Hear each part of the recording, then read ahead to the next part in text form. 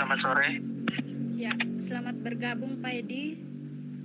Terima kasih banyak atas kehadiran Bapak untuk meluangkan waktu dan menerima kami dalam wawancara pada sore hari ini. Kami sangat menghargai antusiasme Bapak untuk berbagi pengalaman dan pengetahuan Bapak. Kami berharap melalui sesi wawancara pada sore hari ini, kami dapat memperoleh pemahaman yang lebih komprehensif mengenai hutan wakaf Bogor. Sebelum kita memulai sesi wawancara, izinkan kami memperkenalkan diri dulu ya. Benar kan ya Pak? Seperti ada pepatah mengatakan, tak kenal maka tak sayang. Benar begitu Pak? Baik, siap. Baik. Oleh karena itu, kita akan mulai perkenalan. Dimulai dari saya ya mungkin. Selaku moderator pada sore hari ini, izinkan saya memperkenalkan diri. Nama saya Menelsin Parso. Saya asal dari Universitas Kristen Tentena. Kemudian mungkin perkenalan dari Bapak dan setelah itu dari teman-teman sekalian.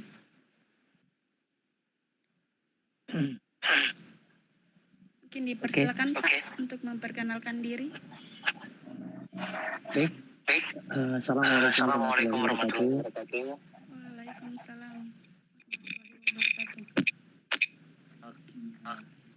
wabarakatuh. Saya pelaku Ngelola di Yayasan Bogor yang alhamdulillah di tahun tahun 2020 sampai tahun sampai 2020 tahun 2020 melakukan kegiatan yang berkaitan dengan vaksin. Terima kasih kepada teman yang alhamdulillah pada saat mengundang sesi mudah-mudahan dengan adanya sesi wawancara ini menambah pengalaman terkait dengan wakaf Bogor. Mungkin itu sebagai buka ya. Mbak. Selanjutnya saya balik selanjutnya perkenalan dari teman-teman. Baik, kepada teman-teman kelompok 31 untuk memperkenalkan diri masing-masing. Mungkin dimulai dari Pak Ketua, dipersilakan. Perkenalkan, nama saya David Jaya Pratama dari Kota Magelang, Jawa Tengah, asal Universitas Negeri Semarang. Baik, selanjutnya.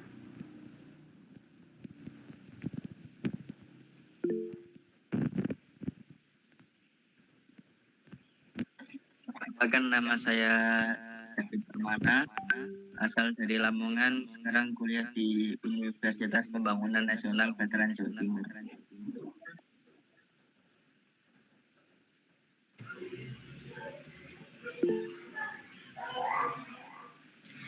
Baik, terima kasih dengan kesempatan. Perkenalkan, nama saya Marcel Marahi dari Universitas Kristen Tentena, Sulawesi Tengah.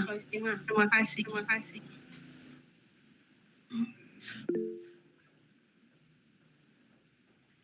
Perkenalkan Bapak, nama saya Luxianisca Putri Maranti, biasa dipanggil Luxi, dari Universitas Negeri Semarang.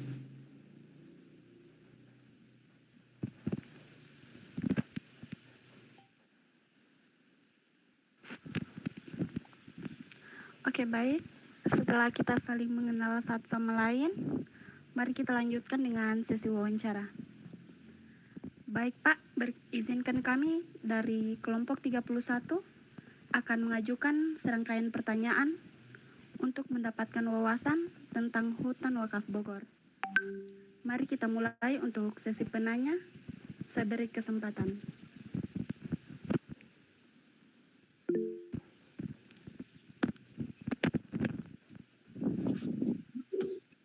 Pertama, saya mulai dulu ya.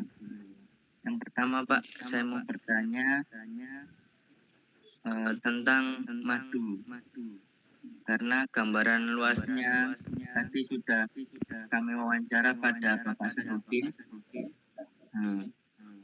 Lebih lagi untuk masalah madu, katanya beliau itu lebih ahli karena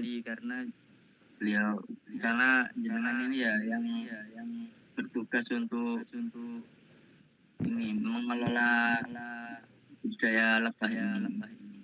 Yang pertama Pak, yang saya mau tanyakan, tadi Pak Sahrudin bilang peternakan lebah ini tidak sesuai dengan yang diharapkan karena terhalang kondisi di hutan wakaf yang tidak memungkinkan, seperti ya ada angin kencang, hujan lebat yang akan mempengaruhi pada hasil produk lebah tersebut. Nah, yang mau saya tanyakan, apabila dalam jangka panjang peternakan lebah itu semakin sedikit karena kondisi yang ekstrim, cuaca yang tidak menentu, sehingga mengakibatkan lebah-lebah tersebut semakin sedikit. Apakah program madu tersebut tetap dilanjutkan, Pak?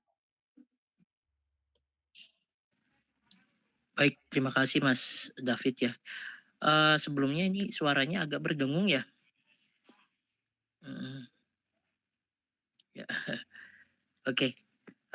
Mohon maaf tidak bisa membuka ini ya video karena di sini sedang kurang kondusif jaringannya. Mudah-mudahan tidak mengurangi untuk kegiatan sesi wawancara ya.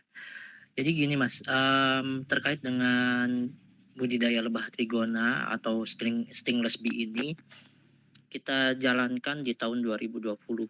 Yang pertama kita punya program di hutan wakaf zona 1 dan di hutan wakaf zona 2. Untuk uji coba kita upayakan itu di hutan wakaf zona 1 ya. Kita di lokasi pemberdayaan teman-teman dari kelompok itu belum mengenal secara jauh ya terkait dengan lebah trigona.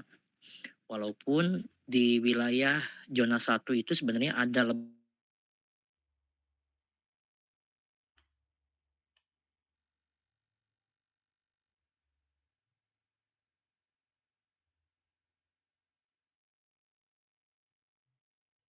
Maaf Bapak, mereka mengenal suaranya ya. putus. Ya, jaringannya ini ya. Maaf sebentar coba ya. Coba lagi.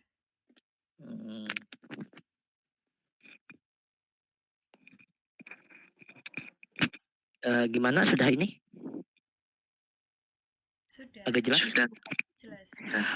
Ya, jadi teman-teman dari kelompok pemberdayaan itu tahu jenis levisep itu ketika gitu ya. Dan kami dari kegiatan pemberdayaan lebah trigona ini tidak serta-merta langsung lebah itu diturunkan ke lokasi karena kita juga ada standar SOV-nya ya. Yang pertama kita melakukan kegiatan pelatihan dahulu, kemudian kita juga memposisikan lebah trigona, terus juga yang paling utama adalah pembekalan yang dilakukan untuk kelompok gitu ya. Sehingga ketika lebah trigona sudah diserahkan, serah terima dari Basnas kepada Yayasan dan Wakaf dan pihak ketiga dari kelompok sudah benar-benar tahu bahwa pemberdayaan lebah trigona itu seperti apa gitu kan ya.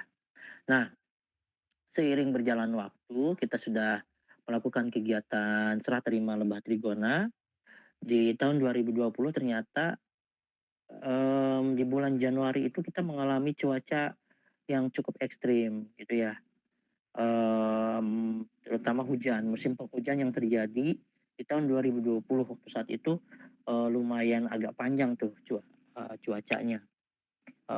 Sehingga lebah trigona yang kita ambil dari luar provinsi Pulau Jawa ke wilayah kita ternyata mengalami kendala gitu ya. Nah, Kemudian kita mencari antisipasi setelah terjadinya beberapa kotak koloni-koloni yang bermasalah ya, kita berupaya kembali mendatangkan praktisi lebah. Waktu itu kita mendatangkan salah satu praktisi lebah, Dr. Mahani ya dari kalau nggak salah dari Universitas Pajajaran ya. Beliau memang di bidangnya untuk lebah string respi dan kita pun melakukan kegiatan pelatihan di lokasi pemberdayaan lebah trigona beliau yang berlokasi di Gunung Batu Bogor ya.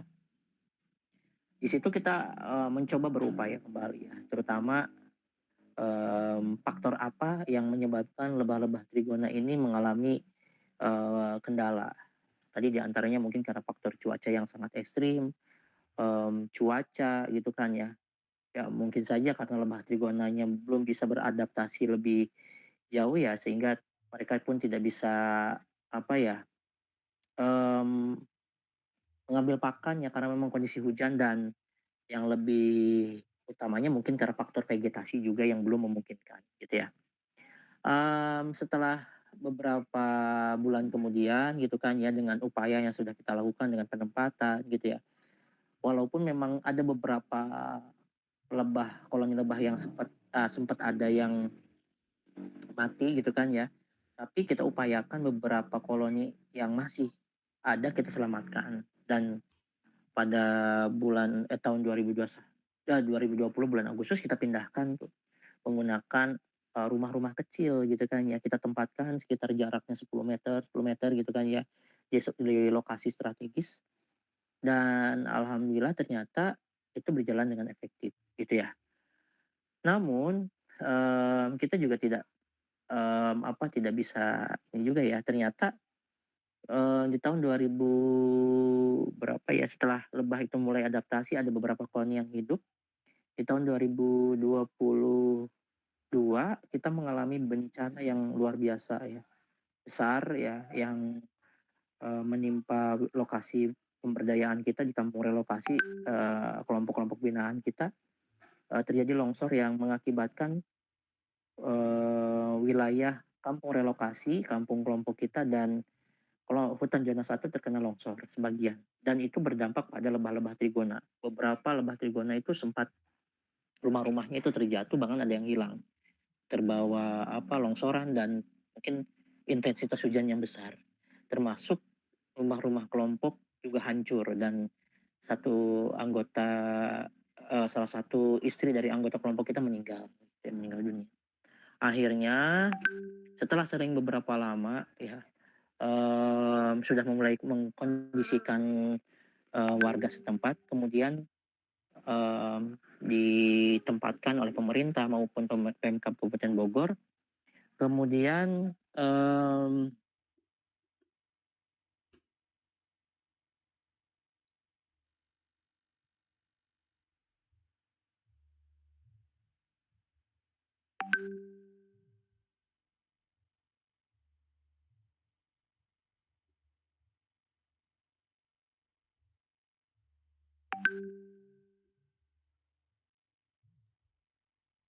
hutan wakaf gitu dan di tahun 2023 kemarin alhamdulillah kita memperoleh lebah dari panen perdana gitu. Jadi intinya ya mungkin karena memang kita belum paham betul tentang lebah trigona jadi jadi bahan evaluasi kita bersama baik itu yayasan maupun dari kelompok pemberdayaan dan itu juga menjadi ilmu buat teman-teman kelompok pemberdayaan sehingga lebah trigona yang masih ada ya tetap kita rawat gitu walaupun hasilnya tidak maksimal karena lebah-lebah trigona yang ada ini menjadi sarana edukasi buat kelompok juga sarana edukasi buat kelompok sarana edukasi buat pengunjung gitu kan ya dengan rumah-rumah kecil ada lebah-lebah trigonanya gitu kan ya dan kalaupun misalkan ada hasil dari lebah trigona yang ada ya kita jual. Kalaupun tidak ada ya kita berkoordinasi dengan kelompok tani hutan lainnya untuk sharing penjualan. Kita ambil dari teman-teman kelompok dan kita bantu jual juga. Jadi seperti itu Mas David untuk kegiatan kelompok trigona ini. Baik Pak, terima kasih atas jawabannya, sangat detail sekali. Untuk selanjutnya saya mau bertanya Pak, apakah di hutan wakaf itu memiliki produk signature atau produk yang hanya dibuat di situ, tidak terdapat di tempat-tempat lain? Misalkan madunya itu ya benar-benar madu yang khas dari hutan wakaf atau ada produk lainnya. Oh ya, jadi seperti yang tadi disampaikan gitu ya. Kita sharing dengan teman-teman kelompok tani hutan gitu ya. Kalaupun misalkan kita panen, ya pasti kita jual cepat sekali, Mas Hafid ya. Kalau kita panen, yang kemarin kita sudah panen hasil dari hutan wakaf, itu orang-orang udah benar-benar nungguin gitu. Nah, kalaupun misalkan memang sudah tidak terpenuhi, baru kita ambil dari kelompok tani hutan lain yang kebetulan sama programnya itu di Lebak Trigona. Gitu. Jadi yang khasnya kita punya, yang apa kita ambil dari teman juga ada gitu. Ada madu murni dan madu Trigona. Sama jenisnya, Biroi.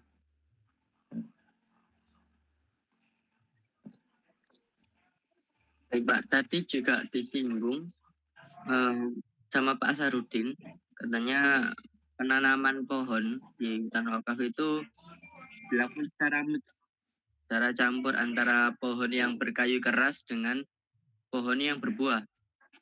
Nah, untuk sekarang apakah pohon yang berbuah itu sudah dipanen, Pak? Selama jarak 3 bulan ya. ya. Ya, hutan wakaf itu kan dulunya memang bukan hutan ya. Ada yang memang sudah berbentuk hutan, ada yang memang belum berbentuk hutan gitu ya. Kalau yang sudah berbentuk hutan itu rata-rata memang pohon-pohonnya pohon-pohon kayu ya.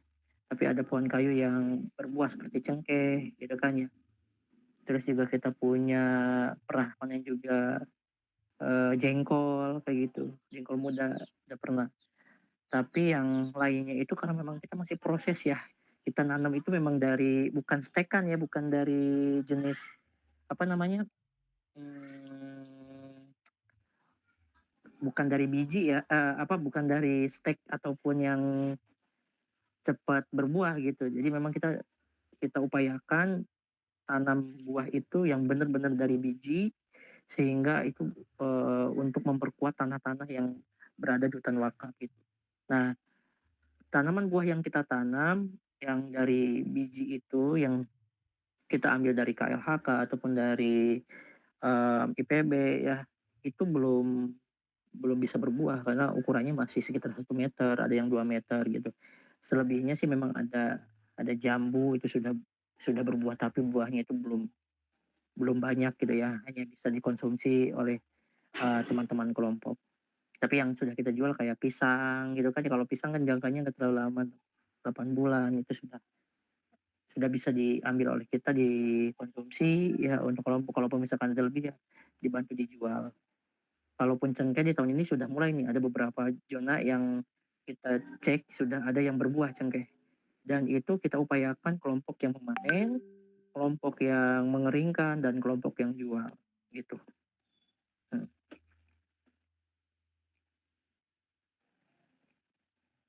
Gitu Mas David. Untuk komoditas buahnya ada berapa Pak komoditasnya? Cukup banyak ya Mas David ya. Ada alpukat, ada durian, ada manggis, ada angka. Saya juga lupa lagi tuh ada beberapa buah yang ada di situ. Ya intinya buah-buah yang ini ya, yang banyak diminati ya. Nah ini yang saya mau tanyakan, kenapa kok di hutan wakaf itu tidak ini Pak, membuat kebun kopi? Apakah tanahnya tidak cocok atau seperti apa? Sebenarnya kita sudah ada rencana Mas. Kita sudah ada rencana dengan Wakaf Al-Azhar untuk mengembangkan usaha kopi gitu ya. Termasuk itu nanam kopi. Hutan wakaf kita itu kan belum luas Mas Afid ya, jadi masih sekitaran berapa hektar ya. Dan tadi itu yang disampaikan di awal bahwa hutan wakaf itu yang kita beli itu ada yang sudah berbentuk hutan, ada yang sekitar 60% sudah ada tanaman. Yang 40% ya baru kita tanam gitu. Jadi sudah penuh duluan. Tapi memang kita sudah ada keinginan di di tahun 2023 kita sudah ada konsolidasi dan ya kita ada pertemuan dengan komunitas kopi waktu itu merancang untuk menanam kopi di hutan wakaf. Dan karena memang wilayah kita belum memadai ya, tanamannya sudah banyak, belum bisa menanam kopi. Tapi mungkin kalau ke depan kita sudah bisa membeli lahan baru, lahan yang recommended untuk menanam kopi, ya pasti kita akan tanam kopi. Karena kopi itu bisa jadi sentra agrobisnis yang cukup menarik juga di wilayah kita, dataran tinggi.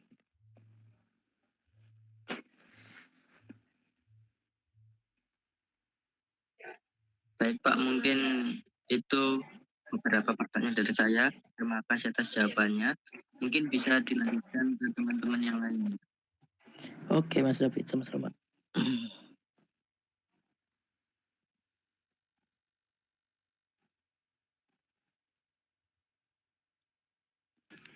Baik, terima kasih Pak Edi atas jawaban yang telah Bapak berikan untuk setiap pertanyaan yang diberikan. Baik, kita beralih ke penanya selanjutnya, diberikan kesempatan.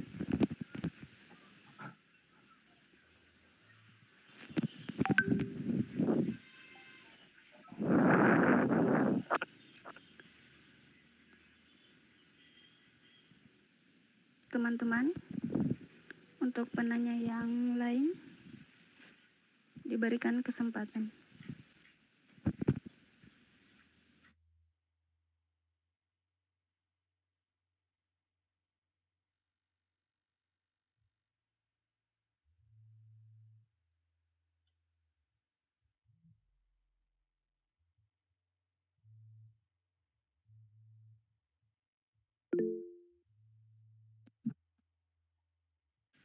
Baik, Luxi. Terima kasih atas kesempatan yang diberikan. Saya Luxi ingin bertanya mengenai program-program yang ada di Hutan Wakaf Bogor. Sejauh yang saya tahu dan tadi sudah disinggung Pak Sahrudin ya, itu kan program-program sebelumnya yang dijalankan oleh Hutan Wakaf Bogor itu bekerja sama dengan Basnas dan Kementerian Agama ya Pak. Nah itu kerjasama dari kedua lembaga tersebut sudah berakhir.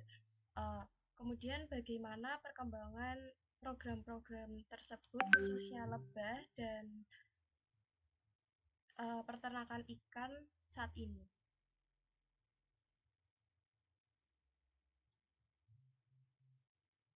Baik Mbak Luxi ya. Jadi gini Mbak, kita itu kan kerjasama dengan Basnas dan Kementerian Agama itu ada masanya, ada tahap awalan, terus penguatan dan terminalisasi ya. Di program Basnas kita berjalan kurang lebih selama 3 tahun dan untuk program dari Kemenag saya juga kurang terlalu paham ya, tapi sekitar kurang lebih 2 tahunan, tapi masih sampai sekarang juga berjalan. Kedua-dua dari program tersebut, baik itu dari Basnas maupun dari Kemenag, itu kan ada 2 zona ya. Kalau dari Basnas itu berada di zona 1 zona 1, hutan wakaf 1 dan 2 dan 5. Untuk dari Kemenag itu di hutan wakaf 3 dan hutan wakaf 4. Untuk Basnas tersendiri programnya masih jalan sampai sekarang itu ya, termasuk tadi yang dibahas tentang Trigona ya. Trigona yang masih ada oleh kelompok tetap dijaga, tetap dirawat dan tetap dipantau gitu ya, yang ada. Karena tadi itu bisa dikatakan sebagai sarana edukasi bagi para pengunjung itu kan, karena memang kelompok sudah diberikan pembinaan tentang budidaya lebah gitu ya. Mereka sudah tahu sekarang bagaimana lebah itu dibudidayakan walaupun memang tidak maksimal karena memang bisa jadi kondisi alam ataupun cuaca yang berbeda gitu ya. Dan kalaupun tadi hasil lebah tidak mencukupi, teman-teman dari pemberdayaan itu ambil dari luar kelompok untuk sharing program gitu, sharing penjualan. Nah, bagaimana untuk usaha ikan gitu ya? Nah, ini jadi kendala yang tadi sempat sampaikan di awal. Di tahun 2022 kita mengalami musibah yang luar biasa, Mbak, ya. Yang ya bisa dikatakan itu bencana yang lumayan besar gitu ya, sehingga melumpuhkan sisi perekonomian warga. Bukan hanya warga yang berada di hutan wakaf, termasuk kelompok yang ada di binaan kita. Sungai yang mengaliri kolam ikan itu putus diterjang longsor. Dan di hari pertama sampai kurang lebih 15 hari, kelompok itu masih trauma. Ya, kelompok binaan itu trauma karena efek dari bencana tersebut ya. Sehingga jangankan kelompok, saya pribadi pun ketika melihat kondisi di pas bencana tersebut sampai tidak berani untuk melihat kondisinya gitu ya. Bahkan masih ada yang ketakutan ada susulan dan sebagainya gitu ya. Sehingga si ikan-ikan tersebut yang berada di hutan wakaf pun kena dampaknya. Luapan air yang terjadi hujan yang intensitas tinggi, terus juga karena ada penutupan karena si sungai itu terjerjang longsor. Karena kalau ikan di sini kalau misalkan airnya kotor ataupun airnya tertutup itu akan mati semua. Akhirnya setelah kita diskusikan dengan kelompok sudah mulai agak tidak terlalu trauma gitu kan ya. Kita diskusikan baiknya seperti apa, akhirnya kita angkat gitu kan ya. Si ikan-ikan itu kita angkat, sebagian kita jual untuk konsumsi warga ya, sebagian lagi kita yang masih bertahan kita rawat dengan cara kita mencari aliran sungai yang masih ada yang bisa dialirkan ke kolam gitu ya. Nah, karena kondisi sungainya yang kering sekarang ya, masih ada aliran diambil dari sawah-sawah kecil ya gitu, tapi tidak maksimal untuk kegiatan pemberdayaan ikan. Akhirnya sementara ya ikan itu ya kita jual semua dan kita ganti dengan ikan nila yang ikan tersebut bisa bertahan. Yang kalau nila beda dengan ikan mas, kalau di sini kan ikan air deras. Ikan mas itu kalau pakannya tidak mencukupi, terus juga aliran sungainya tidak bagus, itu bisa berdampak pada pertumbuhan ikan seperti itu.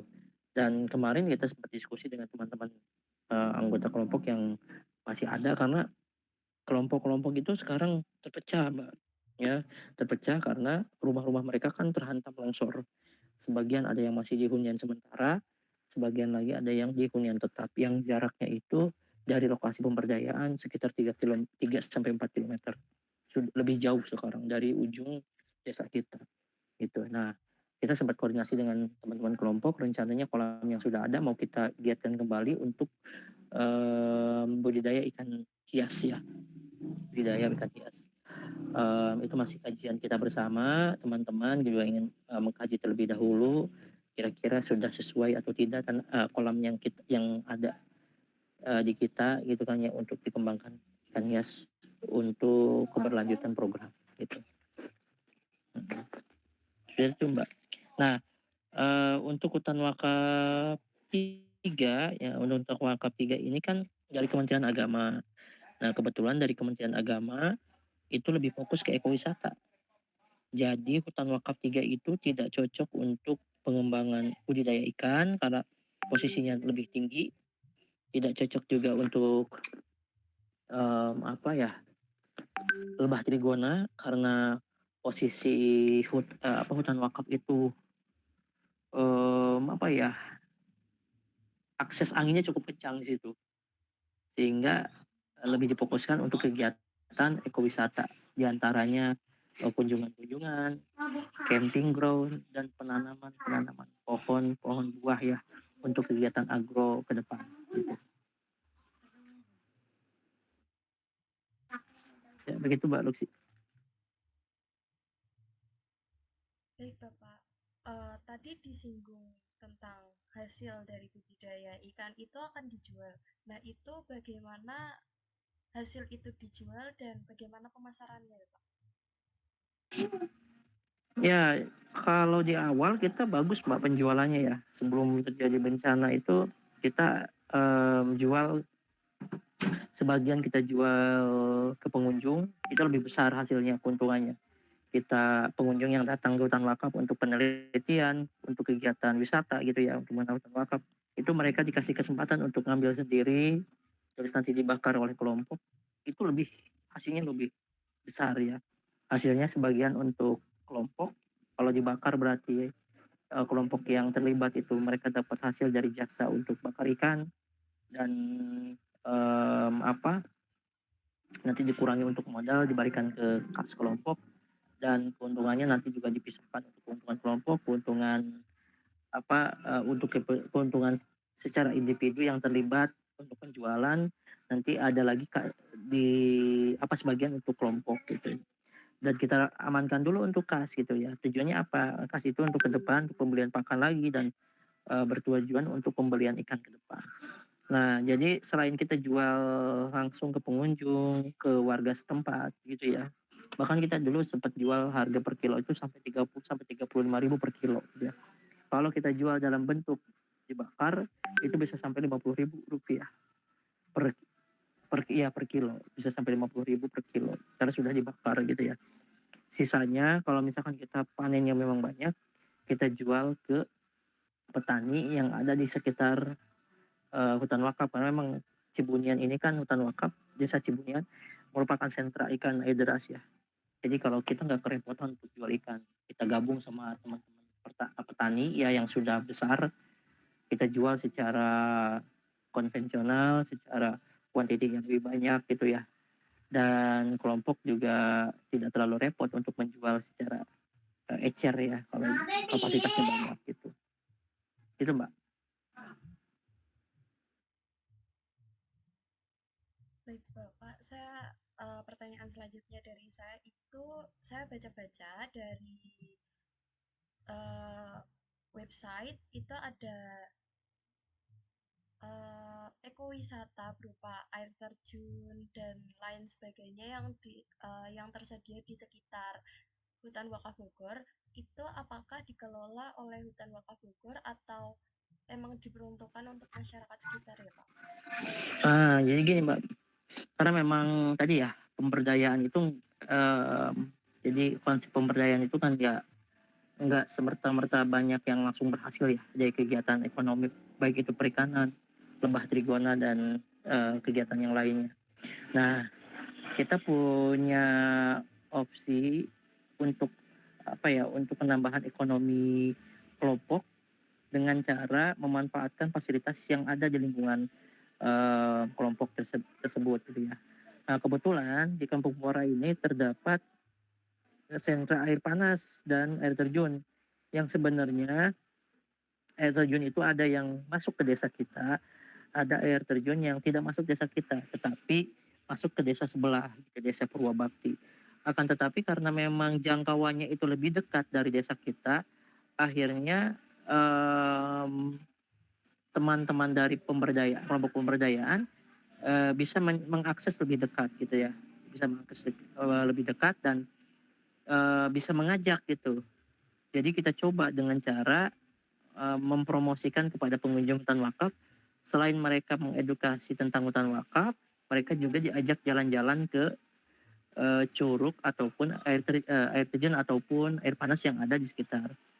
Nah, karena air terjunnya itu masih alami ya, tidak ada yang pengelola ya, boleh dikunjungi oleh warga setempat atau warga sekitar, yang penting ada mendampingi gitu ya. Nah, keuntungan untuk kelompok itu apa? Kelompok menjadi guide-nya. Kelompok menjadi guide untuk para pengunjung, misalkan ada 10 orang pengunjung, 1 guide. Kalau ada 2 pengunjung, 2 guide gitu. Dengan rata-rata upah yang diterima oleh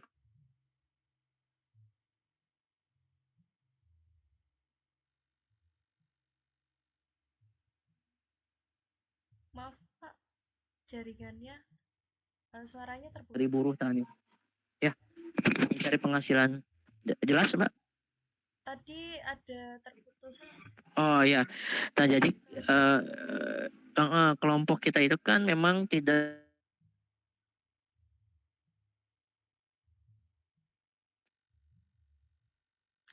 Maaf, terputus lagi Bapak.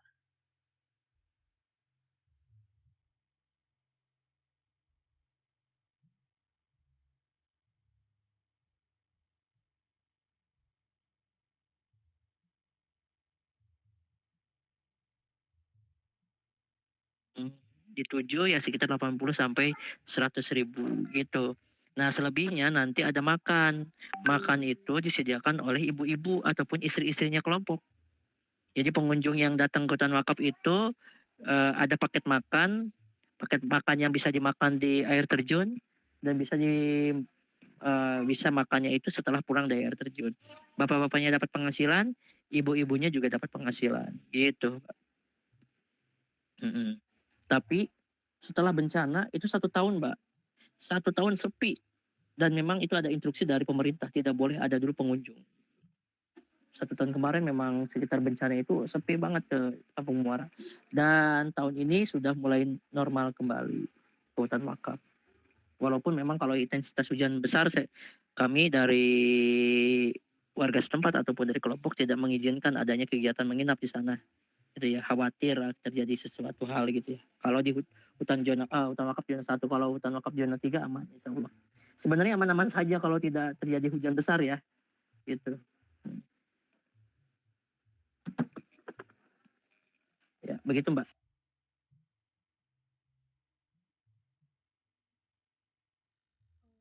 Baik Bapak, saya ingin bertanya mengenai tanggapan dari masyarakat sekitar, apakah banyak yang turut berpartisipasi dalam program-program itu sampai saat ini? Karena tadi selain karena ada dampak dari bencana gitu.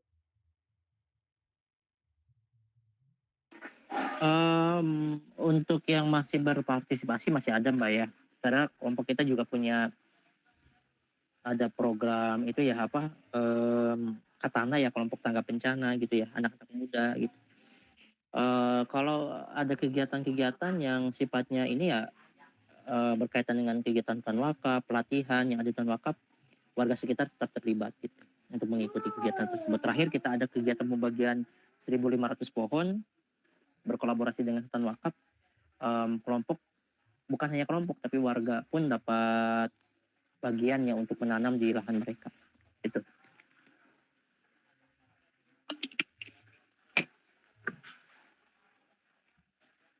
Satu pertanyaan lagi dari saya, kalau semisal tadi kan arus deras ya Bapak itunya, sungainya. Apakah memungkinkan untuk adanya wisata yang berhubungan dengan sungai? Misalnya tubing gitu. Karena Sebenarnya ya, kita sudah punya wacana ya untuk tubing gitu ya. Sempat ada wacana, cuma kita masih terkendala dari modal, keamanan ya gitu ya. Karena kan kalau tubing itu harus punya sertifikat juga kalau nggak salah ya, keamanannya dan sebagainya, terus juga peralatan-peralatan yang dibutuhkan. Karena memang cukup cukup bagus juga untuk program tubing tadi itu, untuk kegiatan wisata tersebut. Nah, sementara sih kita ajak pengunjung itu ya untuk berenang saja, berenang di hulu sungai gitu kan ya, yang masih jernih. Itu saja sih fasilitas yang ada, itu yang kita manfaatkan.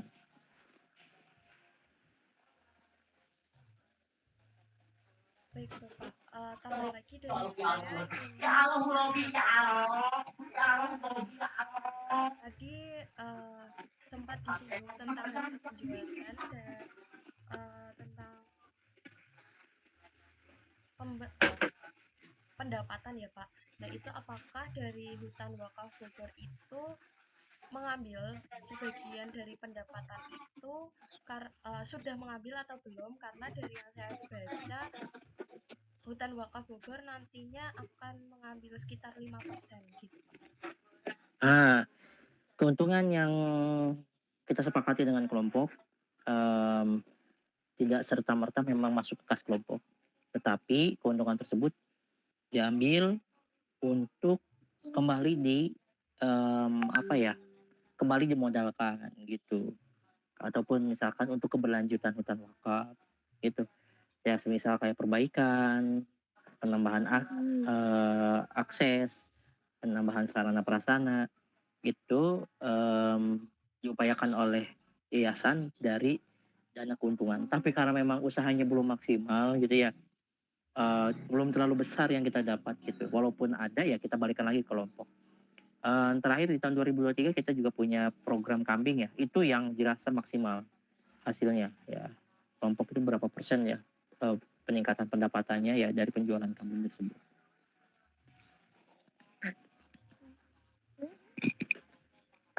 Berarti selama ini belum mengambil Kenapa Mbak? berarti selama ini belum mengambil keuntungan dari situ ya Pak, hutan wakafnya ya Pak. Tapi dikembalikan lagi ke komunitas. Iya, jadi hasil dari itu dikembalikan komunitas. Kayak misal untuk perbaikan ya, ataupun untuk pembelian listrik kalau dulu ya. Ya di situ sih sebenarnya. Jadi keuntungannya kita ambil kalaupun misalkan yang sudah ada. Kalaupun misalkan yang sudah ada kita untuk sarana prasarana, perbaikan, dan kalau misalkan memang ada kita tambahkan untuk modal usaha kelompok. Baik Bapak, terima kasih telah menjawab pertanyaan saya. Saya kembalikan ke moderator.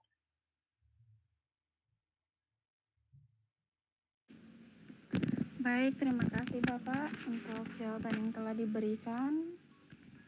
Selanjutnya kita masuk dalam pertanyaan yang berikut kepada Yudit, dipersilakan. Terima kasih dengan kesempatan. Izin bertanya Pak. Di sini saya akan bertanya tentang penggalangan dana. Pertanyaan saya, bagaimana Yayasan Hutan Wakaf Bogor dalam melakukan penggalangan dana tersebut? Publikasi dan pemasaran apa yang biasa dilakukan? Oke. Kebetulan kalau saya pribadi memang dulu dari pendamping Basnas ya. Saya Basnas ya, program di Wakaf Bogor, dan setelah programnya habis, karena saya memang putra daerah tersebut yang tinggal di desa tersebut yang dekat dengan hutan wakaf, saya ikut kembali untuk di kegiatan hutan wakaf Bogor. Kalaupun untuk kegiatan hutan wakaf, misalkan tadi penggalangan dana, itu lebih sifatnya ke manajemen yayasan gitu ya. Yang saya tahu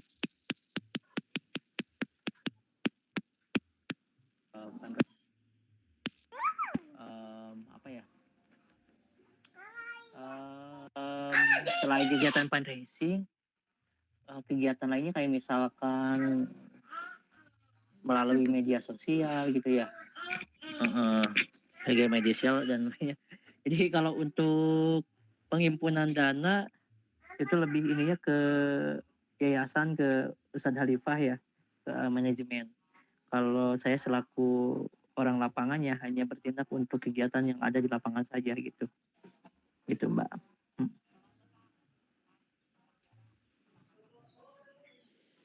Gimana Mbak? Iya Pak, izin bertanya satu kali Pak, ini kan penggalangannya dari Syarifah gitu. Nah, apakah sejauh ini dana wakaf yang diperoleh sudah mencukupi pengelolaan hutan wakaf? Kalau untuk pengelolaan, saya rasa sih masih banyak yang harus kita kembangkan di hutan wakaf Bogor. Terlebih juga kita perlu perluasan lahan. Banyak sekali komunitas-komunitas yang ingin menanam di hutan wakaf Bogor. Akan tetapi karena memang lahan yang ada di hutan wakaf Bogor sudah penuh, akhirnya kita belum bisa memaksimalkan tawaran-tawaran dari komunitas-komunitas tersebut ya. Dan dengan perluasan lahan itu harus lumayan besar ya budget yang kita keluarkan, karena kita membeli lahan warga setempat ya, lahan yang produktif yang bertujuan untuk mitigasi bencana ya, untuk ekologi ataupun penghijauan di situ. Dananya ya cukup besar ya. Misal kita sekarang mau membeli lahan kembali tapi budgetnya memang belum mencukupi, ya kita tahan dulu sampai dananya memang sudah terkumpul gitu. Karena memang harga-harga lahannya sudah lumayan, kecuali memang pembelian lahan yang lokasinya cukup dalam. Tetapi kan kalau kita membeli lahan yang tidak lokasinya jauh, akan sulit untuk dirawat oleh kelompok gitu ya, untuk warga, dimanfaatkan oleh warga. Itu Mbak Yudit ya. Terima kasih Pak, jawabannya sangat detail. Selanjutnya saya kembalikan ke moderator.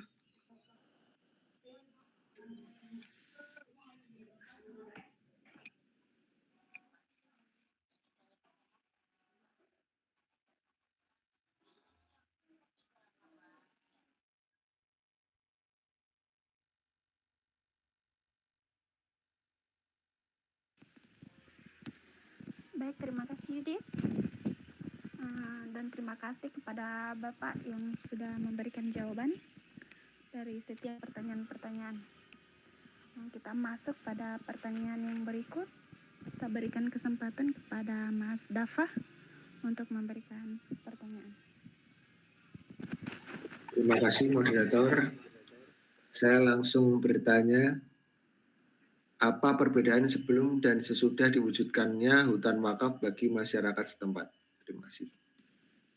Ya, pastinya ada banyak ya perubahan.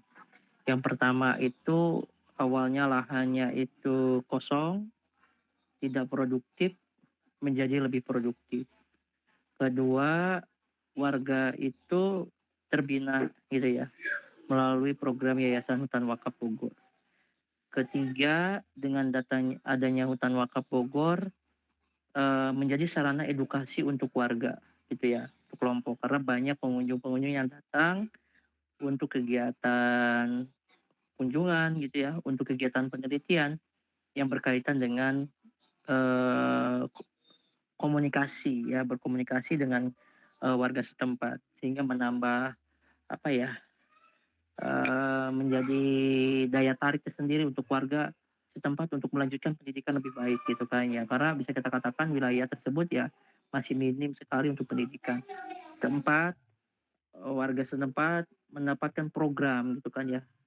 Sebelum adanya hutan wakaf belum ada program-program yang berkaitan dengan pemberdayaan, tapi setelah datangnya hutan wakaf ada banyak sekali program pemberdayaan yang masuk hutan wakaf, walaupun memang pemberdayaan tersebut belum maksimal pada keseluruhannya. Tapi dari situ sudah ada upaya untuk menaikkan perekonomian warga di hutan wakaf Bogor gitu. Terima kasih Bapak. Siap Pak. Selanjutnya, apa saja kendala dan tantangan yang Bapak hadapi dalam mengelola hutan wakaf? Ya, di awal kita pasti ada kendala ya. Kendala itu kan bersentuhan dengan masyarakat yang masih minim sekali pengetahuan tentang hutan wakaf gitu ya. Terus juga terkait dengan birokrasi dan sebagainya untuk legalitas untuk perizinan dan sebagainya sampai terwujudnya akta ikrar wakaf gitu kan ya, pasti ada kendalanya.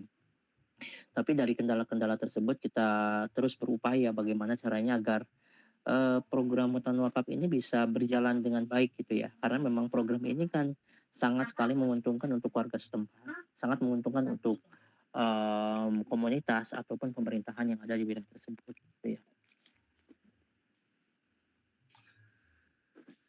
Tapi kendala yang paling sering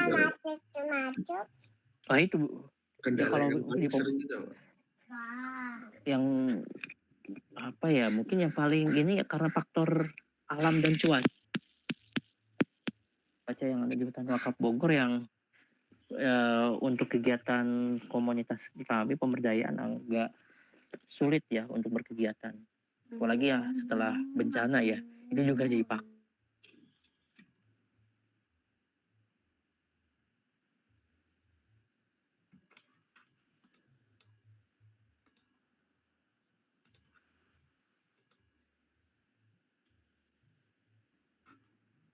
Halo Pak.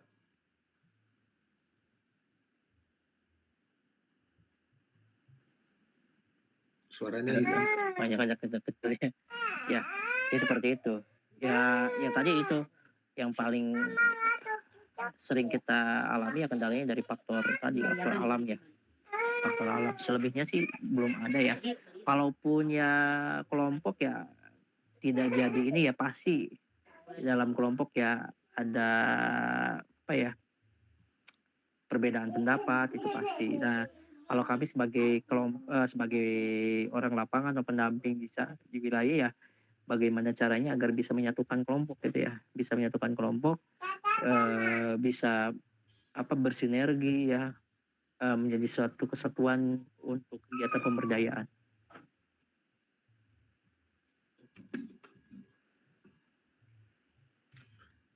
Ya gitu Mas Dafa. Ya, terima kasih Pak Edi. Pertanyaan terakhir, bagaimana caranya kami bisa berkontribusi untuk hutan wakaf ini Pak? Ya, aduh mohon maaf. Ya, teman-teman mensosialisasikan atau apa ya menggaungkan hutan wakaf itu menjadi sebuah ini ya untuk memperjuangkan hutan wakaf untuk terus berlanjut gitu ya. Selebihnya saya tidak terlalu banyak ya, mungkin itu saja sih yang bisa dilakukan teman-teman ya dengan cara menyampaikan bahwa ada program yang sangat bermanfaat bagi umat ya, yaitu program hutan wakaf yang dimana hutan wakaf ini kan beda dengan program wakaf lainnya. Kalau ada di dalam Islam itu ada wakaf madrasah gitu kan, ada wakaf untuk pemakaman gitu ya kalau di kampung-kampung atau pembuatan tadi ya pada satu sekolah. Tapi ini ada program yang unik gitu kan, program wakaf hutan gitu ya, yang dimana program hutan wakaf ini ya bertujuan untuk mengedukasi, bertujuan untuk keberlanjutan ekologi dan apa ya dan ekonomi ya tentunya ada kegiatan ekonomi juga. Semoga teman-teman mahasiswa di sini ya dengan adanya program ini bisa menggaungkan atau menyampaikan kepada teman-teman lain tentang program wakaf produktif ini atau hutan wakaf gitu. Itu Mas Dafa ya. Kalau kami sih memang cukup ini ya dengan kurang lebih mau jalan ke 4 tahun ini ya alhamdulillah sudah bisa membantu teman-teman dari berbagai daerah ya. Bukan hanya dari daerah ya, bahkan dari luar negeri ya. Terakhir dari Kyoto University ya. Itu sempat untuk meneliti tentang hutan wakaf dan beliau cukup antusias dengan program tersebut ya. Karena banyak sekali program-program yang di luar program pemberdayaan ya, yang program pemberdayaan ini belum maksimal untuk kelompok. Tapi ada program lain yang bersentuhan dengan hutan, bersentuhan dengan ekologi ya, edukasi yang bermanfaat bagi masyarakat gitu.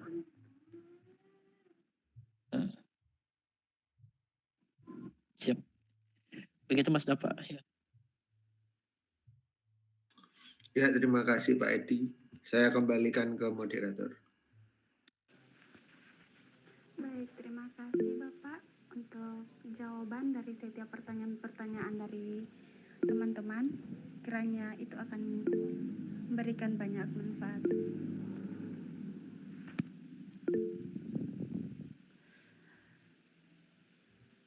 Baik, sekali lagi kami ucapkan banyak terima kasih untuk kesempatan yang Bapak telah berikan untuk melakukan wawancara pada sore hari ini.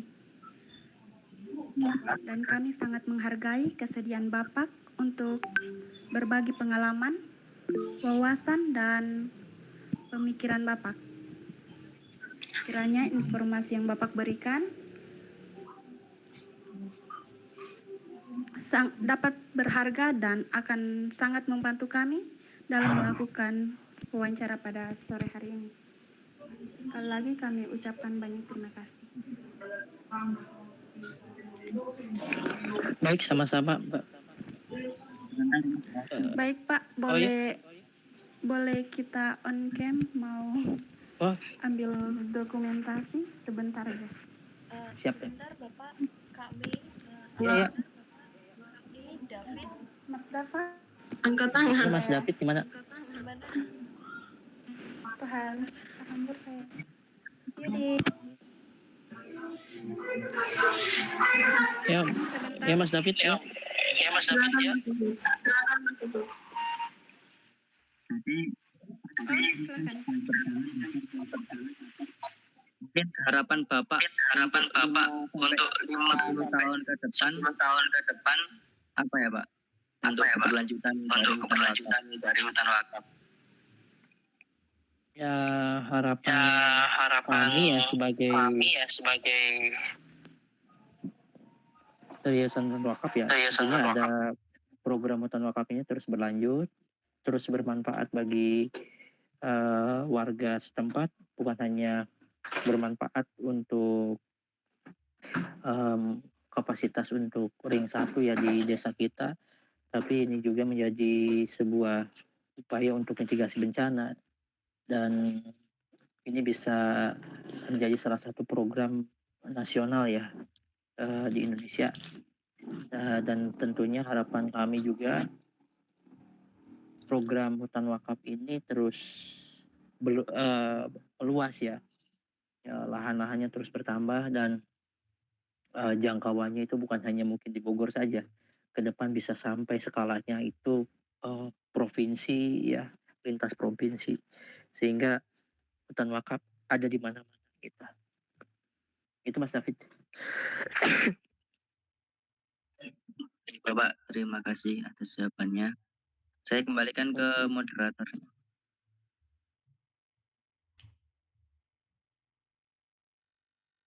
Masih ada yang mau bertanya? Cukup. Cukup. Dan sesi wawancara kita pada sore hari ini, saya ucapkan banyak terima kasih buat Bapak yang sudah meluangkan waktu, dan kepada teman-teman sekalian juga yang sudah berkesempatan untuk sesi wawancara. Baik, sama-sama teman-teman, ditunggu kunjungannya ke Hutan Wakaf Bogor ya, untuk bisa mengeksplor kegiatan Hutan Wakaf Bogor, baik dari mana ini jauh sekali ya. Mudah-mudahan apa yang saya sampaikan bermanfaat ya, karena memang tidak banyak yang saya bisa sampaikan ya terkait dengan Hutan Wakaf Bogor ini. Tentunya ini bisa menjadi sarana pemahaman ataupun pengalaman tentang hutan wakaf pada teman-teman mahasiswa, dan tentunya diberikan kelancaran untuk teman-teman yang sedang menjalankan studinya ya. Semoga lancar dan bisa cepat selesai gitu ya, programnya.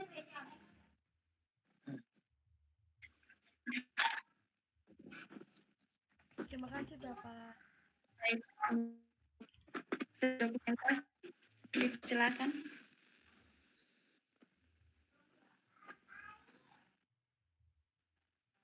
Baik, putus-putus ya.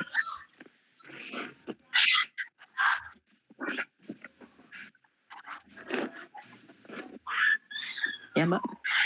Baik Mas Dava, mungkin bisa dokumentasi.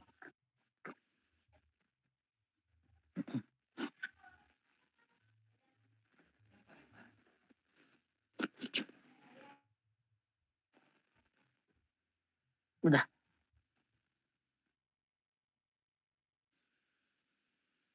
Mas Dava.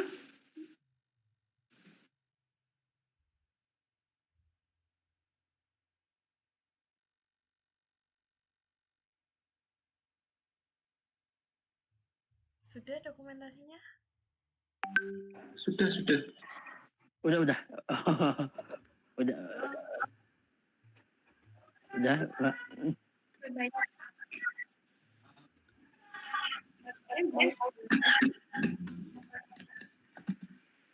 Dengan demikian, sesi wawancara kita pada sore hari ini sampai di sini.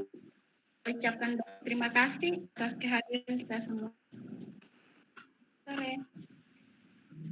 Terima kasih Pak Edi. Terima kasih. Oke. Oke, sama-sama teman-teman. Ya, terima kasih banyak juga ya.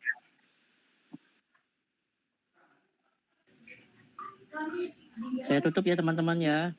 Iya, Pak. Lancar-lancar semuanya. Terima kasih. Pak. Terima kasih semuanya.